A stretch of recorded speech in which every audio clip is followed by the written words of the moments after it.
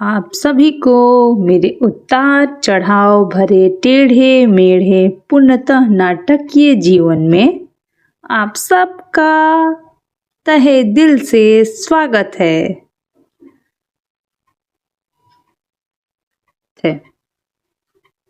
यहाँ प्रत्येक दिन एक नई कथा होती है, कभी हास्य, कभी विषाद और कभी यूं ही अनावश्यक अभिनय भी। अब सत्य सुनिए, मैं इस धरती पर स्वयं नहीं आई हूँ। मेरे पिताजी ने मुझे बड़े प्रेम से महादेव से मांगा था।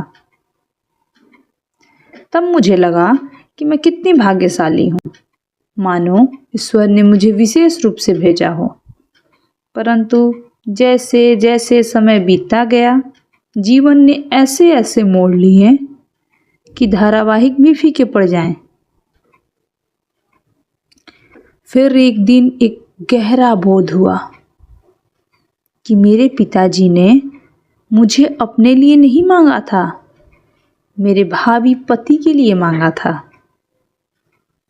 क्योंकि यदि मैं ना आती तो उस बेचारे का क्या होता। ओफो, प्रातः उसे जगाने वाला कौन होता, नाश्ते में उसकी पसंद पूछने वाला कौन होता, उसकी निरर्थक बातों को सहने वाला कौन होता और उसकी भूलों पर उपदेश देने वाला कौन होता। और यह सौभाग्य किसे प्राप्त होता।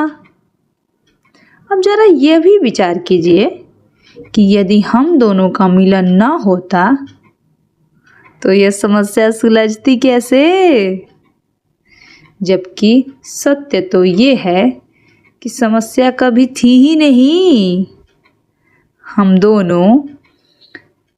दोनों ही उसे अनावश्यक रूप से जटिल बना रहे थे। कभी मैं उसे समझाने में लगी रहती हूँ तो कभी वह मुझे सहने में निपुण है, ये जताते रहता है। अर्थात यह संबंध कम और प्रतिदिन का एक चुनौतीपूर्ण अभ्यास अधिक प्रतीत होता है। परंतु मानना पड़ेगा, थोड़ी नोक झोंक, थोड़ा नाटक और थोड़ा स्नेह, इन्हीं का मिश्रण जीवन को रोचक बनाता है कि नहीं। और अंत में एक ही सत्य है, यदि मैं ना